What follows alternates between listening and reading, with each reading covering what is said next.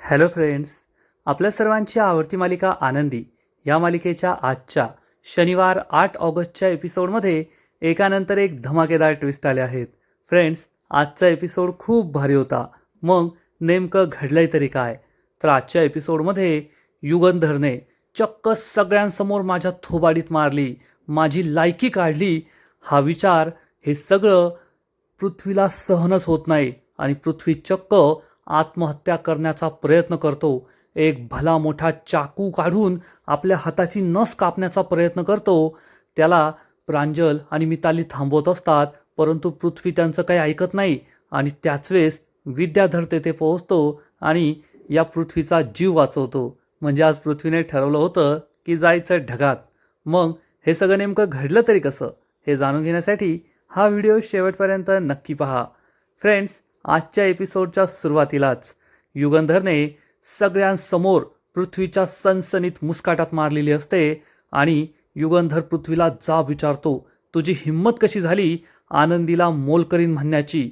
पृथ्वी चिडून म्हणतो, मग काय म्हणायचं तिला? आमची आई म्हणायचं की तुमची बायको म्हणायचं की या घरची मालकीन म्हणायचं? मिस्टर युगंधर निंबाळकर, ही बाई कधीही आमची आई होऊ शकत नाही. ती तुमची बायको होऊ शकते, पण आमची आई कधीच होणार नाही, हे लक्षात ठेवा. युगंधर आणि आनंदीला मोठा धक्काच बसतो. घरातले सगळे खूप टेन्शनमध्ये असतात आणि मग पृथ्वी रागारागाने घटस्फोटाचे पेपर्स घेतो आणि युगंधर समोरच हे पेपर्स फाडून फेकून देतो. युगंधर चिडून तेथून निघून जातो. पृथ्वी जोरजोरात ओरडत असतो, मिस्टर निंबाळकर ऐकून घ्या, मी बोलतोय तुमच्याशी, ऐकून घ्या. पण युगंधर काही न ऐकता तेथून निघून जातो.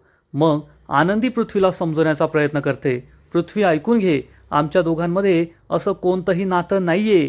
तुझे बाबा आणि मी फक्त जगासाठी नवरा बायको आहोत. आमच्यात कोणतं प्रेम नाहीये, कोणते संबंध नाहीये, कोणतं नातं नाहीये.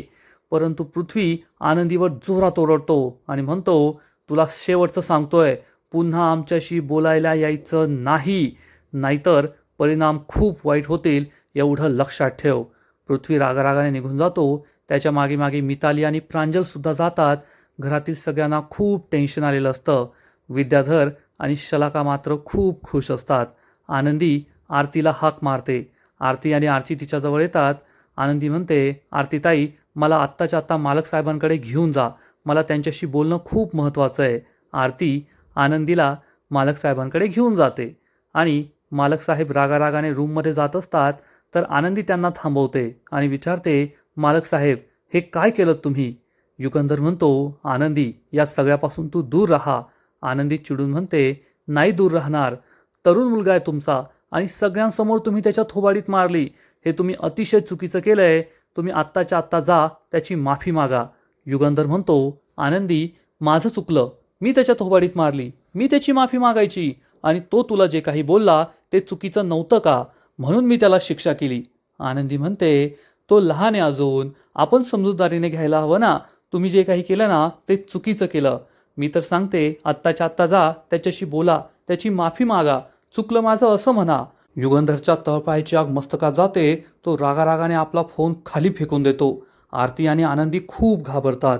युगंधर आनंदीला ठणकावून सांगतो, आनंदी, तुला शेवटचं सांगतोय, बाप मुलांमध्ये येऊ नको, आम्ही आमचं पाहून घेऊ. यानंतर मला कोणताही सल्ला द्यायला जायचा नाही आणि मला एकटं सोडायचं. असं म्हणून युगंधर रूममध्ये जातो, दरवाजा बंद करून घेतो. आनंदी म्हणते, पण मालक साहेब. आरती तिला समजावून सांगते, आनंदी, बस झालं, चल माझ्याबरोबर.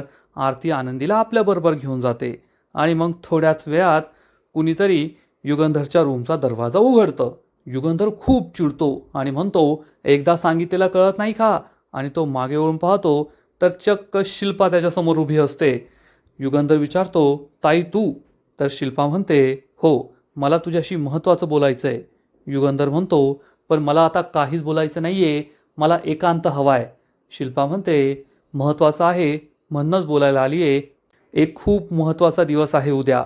युगंधर शिल्पाकडे आश्चर्याने पाहतो. तर शिल्पा त्याला सांगते, उद्या तुझ्या आणि आनंदीच्या लग्नाला 2 महिने पूर्ण होत आहे आणि त्याचं भलं मोठं सेलिब्रेशन करायचं, खूप मोठी पार्टी द्यायची, असं मी ठरवलं आहे.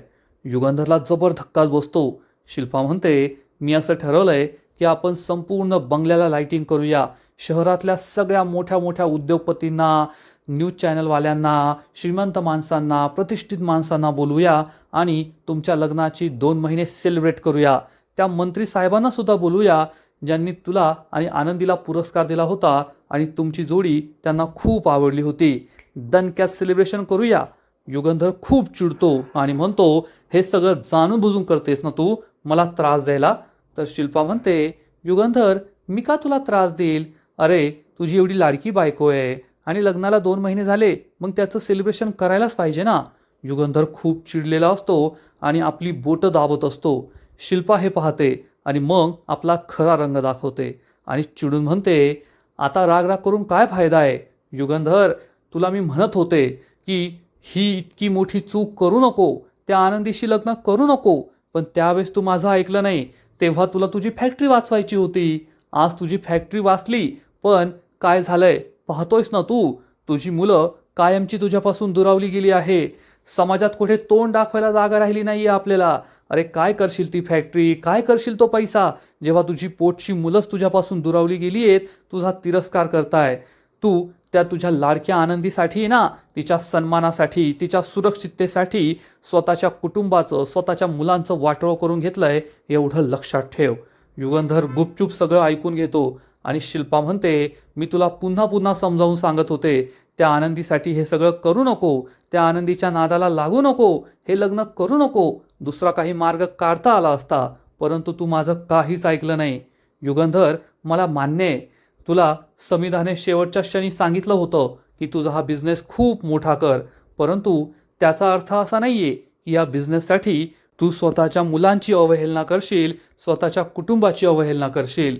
युगंधर आज तू फक्त माझा अपमान नाही केलाय, स्वतःच्या मुलांचा अपमान केलाय, समिधाच्या प्रेमाचा अपमान केलाय. आणि त्याच वेळेस ढगांचा गडगडाट सुरू होतो आणि शिल्पा म्हणते, हा जो ढगांचा गडगडाट होतोय ना, तो समिधाचा राग आहे, कारण समिधा दुःखी आहे. युगंधर आता जो पाऊस पडेल ना, तो फक्त पाऊस नसेल तर समिधाचे अश्रू असतील. तुला आठवतंय का, जेव्हा तुझी आणि समिधाची भांडणं व्हायची तेव्हा तू समिधावर ओरडायचा आणि समिधा रडत रडत माझ्याकडे यायची, माझ्या कुशीत शिरून रडायची. मी तिला सावरायचे, धीर द्यायचे, समजून सांगायचे. पण आज समिधा रडतीये, खूप दुःखी होतीये. तिच्या मुलांचा तू अपमान केलाय, तू तिच्या मुलांना मारलंय, हे तिला सहन होत नाहीये, त्यामुळे ती खूप दुःखी आहे. पण आज तिला सावरायला कुणी नाहीये, तिला कुशीत घ्यायला कुणी नाहीये, तिचे अश्रू पुसायला कुणी नाहीये, तिला धीर द्यायला कुणी नाहीये. तू खूप चुकीचं वागला युगंधर, खूप चुकीचं वागलाय. आज तू तुझ्या मुलांना कायमचं तुझ्यापासून दूर केलंय. असं म्हणून रडत रडत शिल्पा तेथून निघून जाते. आणि मग युगंधरला आठवतं की पृथ्वी त्याला काय म्हणत होता, आनंदीला मोलकरीण म्हणत होता. आणि मग रागाच्या भरात युगंधरने पृथ्वीच्या सनसनीत मुस्काटात मारली होती. हे सगळं युगंधरला आठवतं.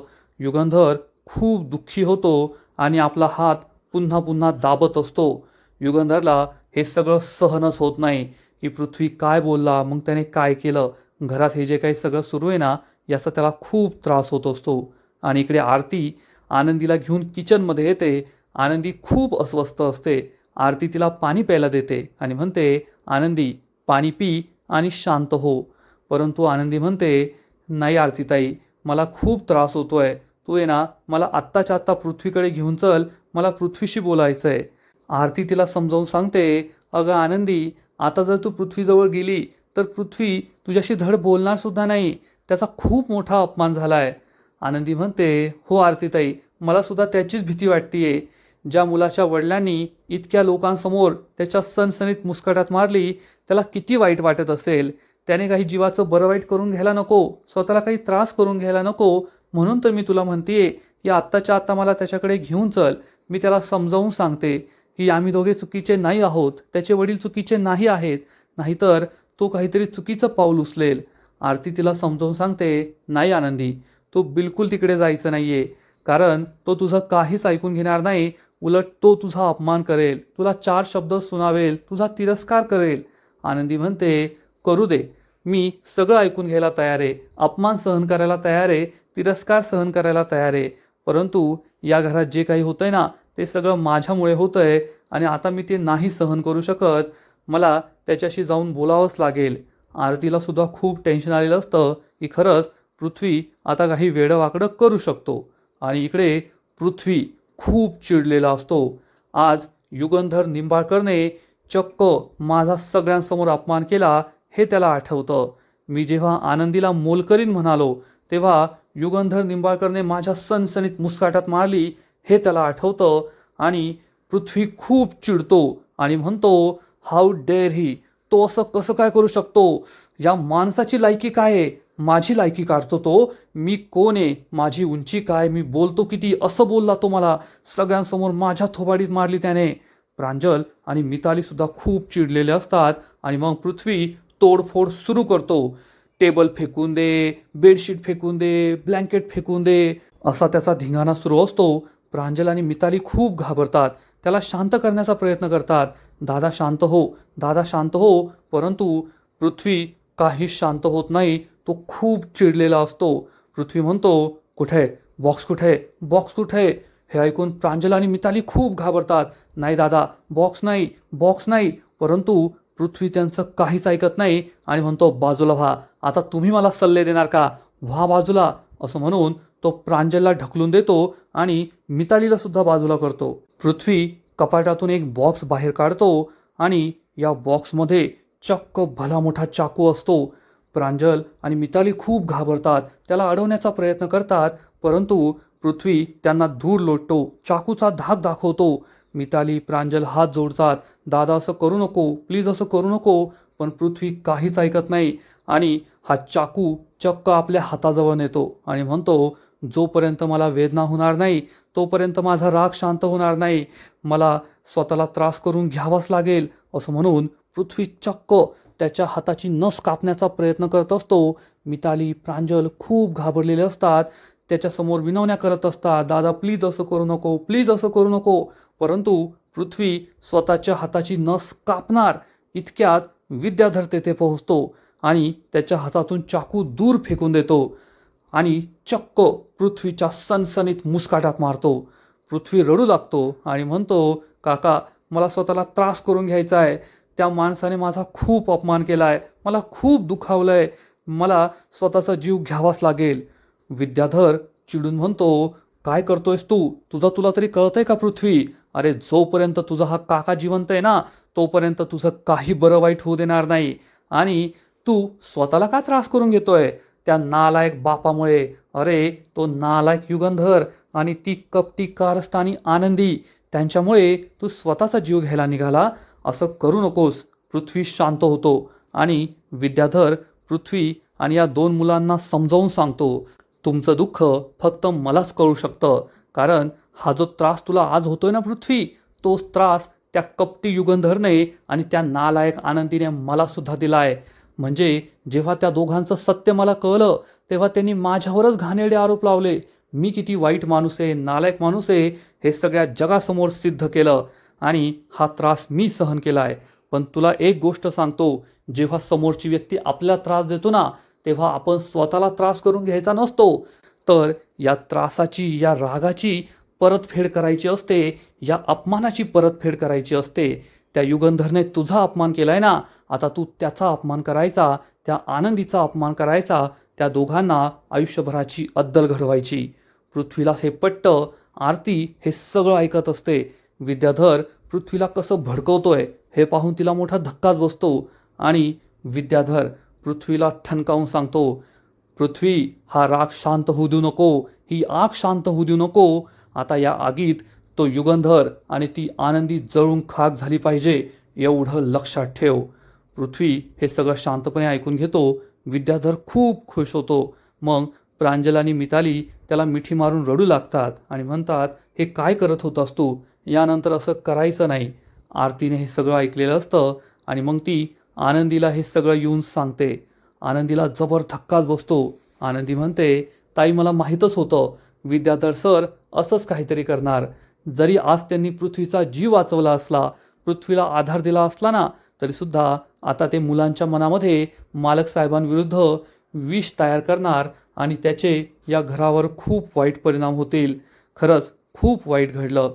आरती चिडून म्हणते, हा विद्याधर ना खूप नीच माणूस आहे. या घरात जे काही होतंय ते सगळं फक्त त्याच्यामुळेच होतंय. आनंदी म्हणते, नाही आरतीताई, या घरात जे काही होतंय ना ते फक्त माझ्यामुळे होतंय, यासाठी मी जबाबदार आहे. आरती आनंदीला समजावून सांगते, नाही आनंदी, स्वतःला दोष देऊ नको, या सगळ्यात तुझी काहीच चूक नाहीये, तू बरोबर आहेस. आणि मी तर म्हणते, तू आत्ताच्या आत्ता माझ्याबरोबर चल. या घरातील सगळी माणसं तुझ्या वाईटावर टपलीये आणि मला तुझी खूप काळजी वाटतीये, चल आपल्या घरी. पण आनंदी मनात विचार करते, नाही आरतीताई, या घरात जे काही होतंय ना ते माझ्यामुळे होतंय आणि मी अशा परिस्थितीत हे घर सोडून जाणार नाही. मी येथेच थांबणार आणि हे सगळं सुधारणार. थोड्या वेळानंतर विद्याधर आणि शलाका मस्त पार्टी करत असतात आणि विद्याधर म्हणतो, ए छाया, वाढ वाढ, चुलीवरचा रस्ता आणि चुलीवरचं मटण आहे, चांगले पीस पीस वाढ. आणि शलाका, लाजायचं नाही बरं का, पोट भरून खायचं. शलाकासुद्धा मटणावर चांगला ताव मारत असते आणि आपल्या नवऱ्याला एन्जॉय करताना पाहून, पार्टी करताना पाहून या धनश्रीला खूप आनंद होतो. एक दिवस या धनश्रीची अशी जिरणार आहे ना की त्यानंतर ती विद्याधरला कधीच सपोर्ट करणार नाही. आणि युगंधर हा आज खूप दुःखी आहे. त्याची आणि त्याच्या मुलांची भांडणं झाली याचं हे दोघे जण सेलिब्रेशन करत असतात. विद्याधर म्हणतो, ए धनश्री, तू काय उभी आहे, बस ग, मस्त जेव आमच्याबरोबर, कंपनी द्या आम्हाला. धनश्री म्हणते, नाही नाही, नको नको, तुम्ही पोटभर जेवा, एकदा का तुमचं झालं मग मी जेवणार. आणि शलाका म्हणते, खरंच रे विद्याधर, काय भारी पार्टी दिली आहे तू आज, हे चुलीवरचं मटण खायला लय मजा येते. आणि तेवढ्यात आनंदी, माई, बापू सगळे तेथे येतात. माई बापूला पाहून शलाका म्हणते, अरे माई बापू, या या, ओळखलत का मला, मी तुमची मुलगी. तुम्ही मला कदाचित विसरला असाल म्हणून सांगतीये तुम्हाला. शलाका त्यांना टोमणा मारते, पण माई आणि बापू तिच्याशी अबोला धरतात, तिच्याशी एक शब्दही बोलत नाही. विद्याधर म्हणतो, ओ माई बापू, चला बसा जेवायला, तेवढीच आम्हाला कंपनी द्या. आता त्या बाप लेकांमध्ये भांडणं झाली, रूममध्ये स्वतःला कोंडून ती रडत बसली आहे, म्हणजे का आपण जेवायचं नाही का, आपण का उपाशी राहायचं का. घ्या घ्या, तुम्हाला कुणी काही बोलणार नाही, मस्त तंगडी हाना, मजा करा, या. बापू खूप चिडतात आणि म्हणतात, विद्याधर, तुला लाज वाटत नाही का रे, येथे घरात काय घडतंय. युगंधर आणि मुलांमध्ये किती मोठं भांडण झालंय, हे घर उद्ध्वस्त व्हायला निघालंय आणि तू येथे सेलिब्रेशन करतोय, पार्टी करतोय, लाज वाटली पाहिजे तुला, लाज. शलाका आणि विद्याधर खूप चिडतात. विद्याधर म्हणतो, ओ बापू, कशाला एवढा लोड घेताय, ते त्यांचं त्यांचं पाहून घेतील ना, अहो आपण मस्त खायचं, एन्जॉय करायचा, टेन्शन नाही घ्यायचं. धनश्री खुश होते, शलाकासुद्धा हसते. पण तेवढ्यात माईला दिसतं की विद्याधरने डायनिंग टेबलवर दारूची बाटली ठेवली आहे. माईला खूप राग येतो आणि माई चिडून म्हणते, विद्याधर, तुझी हिंमत कशी झाली डायनिंग टेबलवर दारूची बाटली ठेवण्याची, आता काय डायनिंग टेबलवर बसून दारू पिणार आहेस का. आणि हे ऐकून आनंदीला मोठा धक्काच बसतो. विद्याधर चक्क डायनिंग टेबलवर बसून दारू पिणारे याचा तिला खूप राग येतो. विद्याधरसुद्धा माई आणि बापूकडे रागारागाने पाहत असतो आणि आजचा एपिसोड येथेच संपतो. फ्रेंड्स, आनंदी या मालिकेचा आजचा एपिसोड खरंच खूप भारी होता, इंटरेस्टिंग होता. विद्याधरने पृथ्वी आणि युगंधरमध्ये चांगलीच आग लावली आहे आणि पृथ्वी तर स्वतःचा जीव द्यायला निघाला होता, पण विद्याधर तेथे पोहोचला आणि पृथ्वीला वाचवलं. पण आता पृथ्वी आनंदी आणि युगंधरला नक्कीच खूप त्रास देईल, त्यांच्याविरुद्ध कटकारस्थान करेल, एवढं मात्र नक्की. आनंदी मालिकेचा आजचा एपिसोड तर खरंच धमाकेदार होता, पण पुढील एपिसोड आणखीन डेंजरस असणारे, आणखीन मोठा ट्विस्ट या मालिकेत येणारे. मग नेमकं घडणार तरी काय. तर फ्रेंड्स, आनंदी मालिकेच्या पुढील एपिसोडमध्ये आपण पाहू की माई आणि बापूने सांगितल्यानंतर सुद्धा विद्याधर डायनिंग टेबलवर बसून दारू पिण्याचा निर्णय घेणार आणि धनश्रीला म्हणेल, 2 काचेचे ग्लास घेऊन ये, आम्ही इथेच दारू पिणार. त्यामुळे आनंदीला खूप राग येईल. मग धनश्री ही किचनमध्ये ग्लास घ्यायला जात असेल तर आनंदी तिला थांबवणार आणि म्हणेल, धनश्रीताई, तुम्ही किचनमध्ये जायचं नाहीये, या घरात डायनिंग टेबलवर बसून कुणीही दारू पिणार नाही. हे ऐकून विद्याधरला खूप राग येईल. विद्याधर चिडून म्हणेल, तू मला थांबवतेस का, तुझी एवढी हिंमत. आनंदी म्हणेल, हो विद्याधर सर, या घरात डायनिंग टेबलवर बसून तुम्ही दारू पिऊ शकत नाही, मी तुम्हाला दारू पिऊ देणार नाही. विद्याधर चिडून विचारेल, कोण अडवणार मला, तू का. आनंदी फुल कॉन्फिडन्समध्ये म्हणेल, हो मी अडवणार तुम्हाला. आणि मग विद्याधर असं काहीतरी करणार ज्यामुळे आनंदीला जबर धक्का बसेल. विद्याधर चक्क दारूची बाटली घेऊन येईल आणि आनंदीच्या डोक्यावर ही बाटली उलटी करणार, आनंदीला चक्क दारूने आंघोळ घालणार. त्यामुळे घरातील सगळ्यांना जबर धक्का बसेल. शलाका खुश होईल, पण माई बापूला खूप वाईट वाटणार. आनंदी सुद्धा रडू लागेल. या विद्याधरने चक्क आनंदीला दारूने आंघोळ घातलेली असेल हे तिला काही सहन होणार नाही.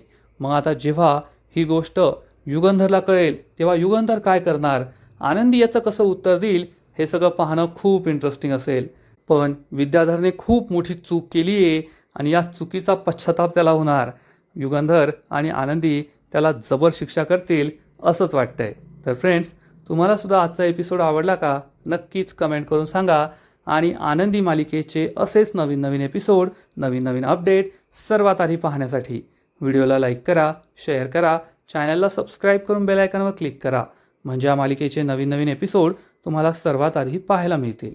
खूप खूप खूप धन्यवाद.